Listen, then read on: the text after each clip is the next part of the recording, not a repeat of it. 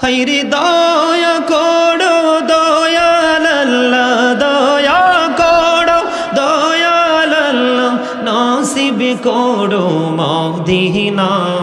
লা ইলাহা মহাপদে ইল্লাল্লাহ, লা ইলাহা তেরি নামাজে রোজা ছাইরো না, মা বাবাকে ভুইলো না। হায়রে নামাজে রোজা আহা মা বাবাকে ভুইলো না। হায়রে জান্নাতে বাসী হইতে চাইলেম, জান্নাতে বাসী হইতে চাইলেম, প্রাণ বড়ে করো সাধনা। লা ইলাহা ইল্লাল্লাহ, লা ইলাহা লা ইলাহা ইল্লাল্লাহ, লা ইলাহা। তুমি কাহুরি বানাইলা সফিউল্লাহ, তুমি কাহুরি বানাইলা নজিউল্লাহ, মোর নবীকে বানাইলা তুমি, মোর নবীকে বানাইলা তুমি, নূর মুহাম্মদ সাল্লাল্লাহ। লা ইলাহা ইল্লাল্লাহ, লা ইলাহা লা ইলাহা ইল্লাল্লাহ মুহাম্মাদুর রাসূলুল্লাহ সাল্লাল্লাহু আলাইহি ওয়াসাল্লাম। আল্লাহ আল্লাহ আল্লাহ আল্লাহ আল্লাহ আল্লাহ আল্লাহ আল্লাহ আল্লাহ আল্লাহ আল্লাহ।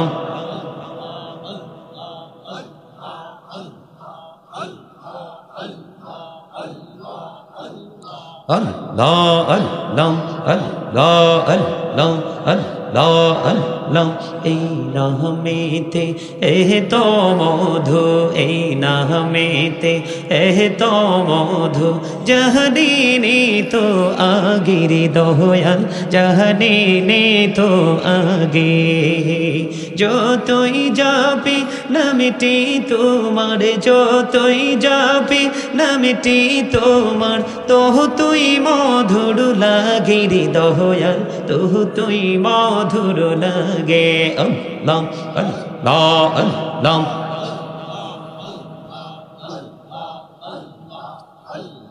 Allah Allah Allah Allah Allah Allah Allah Allah। এলাহো দো রিহি আর মাঝে, এলাহো দো রিহি আর মাঝে, কিসের করো খেলা, পিছের দিকে চাইয়া দেখো, পিছের দিকে চাইয়া দেখো, ডুবে যায় তোর বেলা রে। আল্লাহ আল্লাহ লা ইলাহা ইল্লাল্লাহ মুহাম্মাদুর রাসূলুল্লাহ সাল্লাল্লাহু আলাইহি ওয়াসাল্লাম।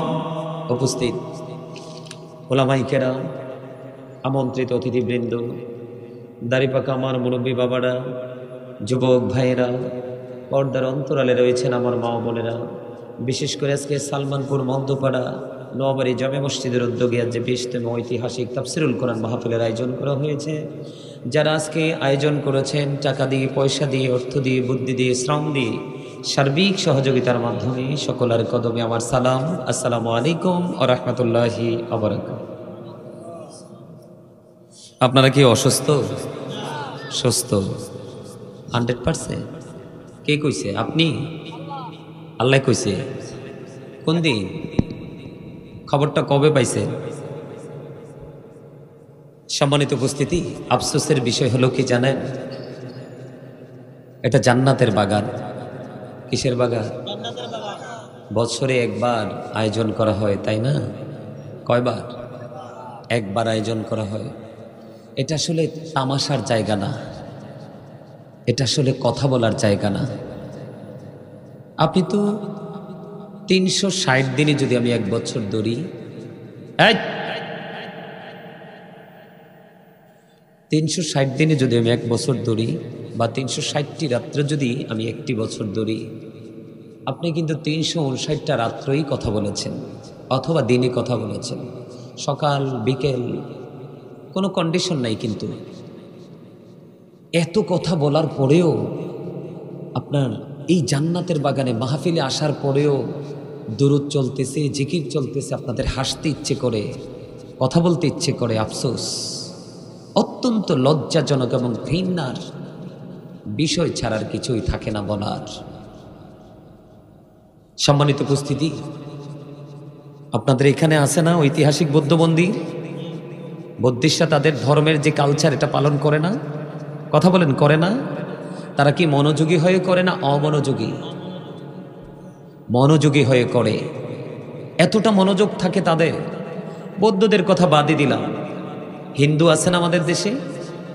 হিন্দুরা যখন গতকালকে আমার বাসার আশেপাশে হিন্দুদের মিউজিকের অত্যাচারে বসার কোনো ব্যবস্থা নাই, এত ঢোল বাজাচ্ছে।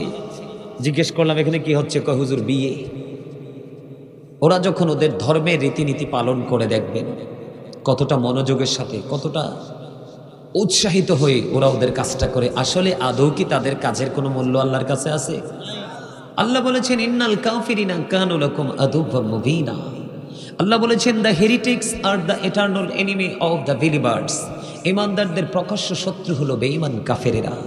এই বেঈমান কাফেরেরা মুসলমানের শত্রু, তাদের ধর্মটাকে ক্রিয়েট করেছে শয়তান। কে?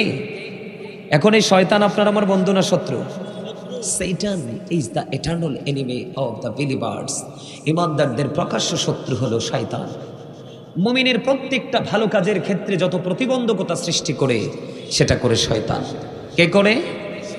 কিন্তু মুমিনের ক্ষেত্রে আল্লাহ ভিন্ন মেসেজ দিয়েছেন। আল্লাহ বলেছেন ইন্না কাইদা শাইতানি কানা দাঈফা। আল্লাহ বলেছেন Satan deception is very weak. শয়তানের ধোঁকা মুমিনের জন্য একেবারে দুর্বল। হাজার চেষ্টা করেও মুমিনকে গায়েল করতে পারে না। যেমনটি আজকে আপনারা এখানে এসেছেন, এই আমার এখানে আলোচনা শুনতে হলে কিন্তু একদম ঠিক একদম আপনারা, আমি কিন্তু আজকে আপনাদের টিচার। যদি কেউ মানতে পারেন যে হ্যাঁ জিনিসটাই যে বসেছেন উনি আমাদের টিচার, তাহলে আপনি এখানে বসবেন, অন্যথায় বলবো I say go to your seat. এটা তামাশার জিনিস নয়। আল্লাহ রাসূল স্ট্রেট ফরওয়ার্ড ভাবে বলেছে, যেখানে মুসল্লিদের কথা শোনার কোনো ধরনের মনোযোগ নাই সেখানে জাস্ট সাইলেন্ট হয়ে যাও, সেখানে ওয়াজ চলবে। এই জন্য আপনাদেরকে আমি শুরুতে প্রশ্ন করেছি, আপনারা জিন্দা না মুর্দা? যারা জিকির করে তারা জিন্দা, যারা জিকির করে না তারা মুর্দা। আর এই পৃথিবীর মানুষ আপনাকে জিন্দা হিসাবে চিনে আল্লাহ রাসূলের দৃষ্টিতে, কোরআন এবং হাদিসের দৃষ্টিতে আপনি অনেক আগেই মারা গেছেন। এটা খামখেয়ালির জায়গা নয়, এটা হলো তাকওয়ার জায়গা। আল্লাহ বলেছেন O believers you fear me. ইমানদারদেরকে ডেকে ডেকে বলতেছেন তোমরা আমাকে ভয় করো। আল্লাহ লাভ হবে কি? আল্লাহ উইল ফরগিভ ইউ। আল্লাহ তোমাদের জীবনের গুনাহগুলি ক্ষমা করে দিবে। আল্লাহ নিজে বলতেছে।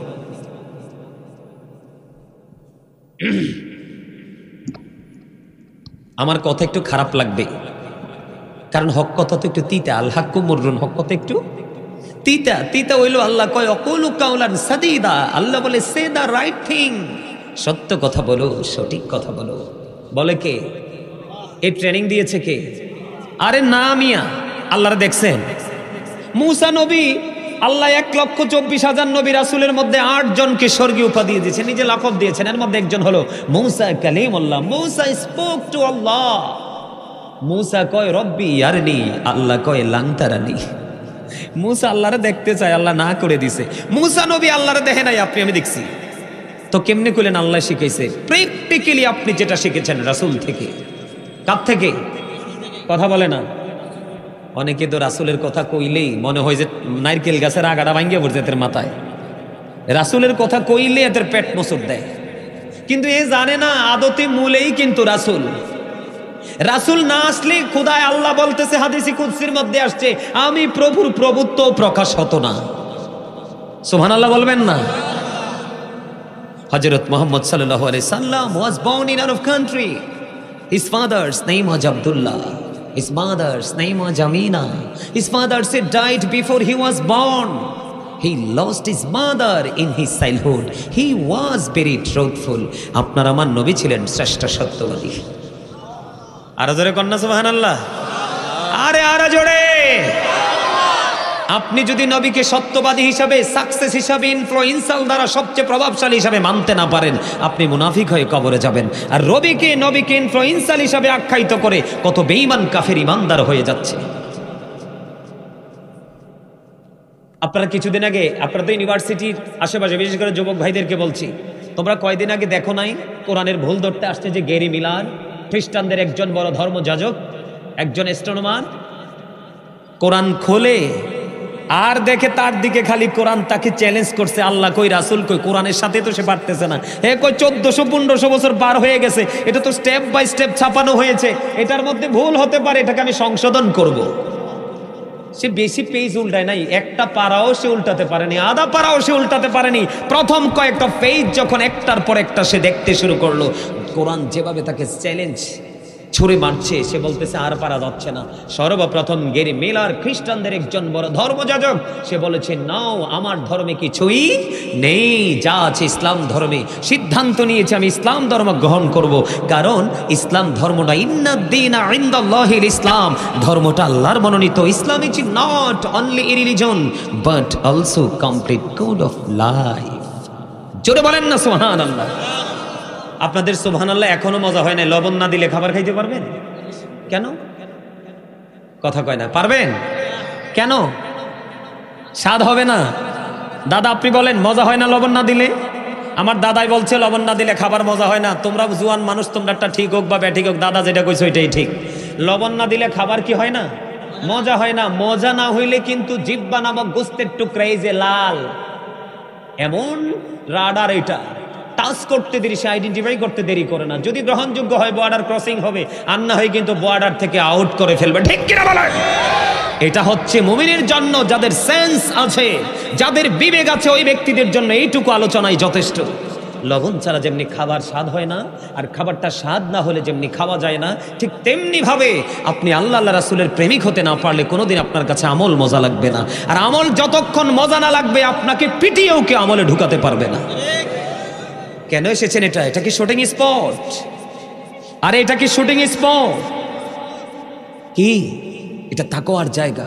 এখান থেকে দুটো ট্রেনিং নেবেন, এক সিনায় ঢুকাবেন প্রেম, আর এক সিনায় ঢুকাবেন ভয়। ঠিক না ঠিক? কথা বলেন না কেন? এই জন্য বলেছি, আমি আর আলোচনা শুনতে হলে 3টা কন্ডিশন মানতে হবে। কয়টা? একদম সোজা স্ট্রেট ফরওয়ার্ড কথা। স্টপ ইউর মাউথ এভরিবডি, সকলের জবানকে বন্ধ রাখতে হবে। সেকেন্ড যে কন্ডিশন, সেটা হলো you listening my lecture very attentively, আমার কথা সবাইকে মন দিয়ে শুনতে হবে।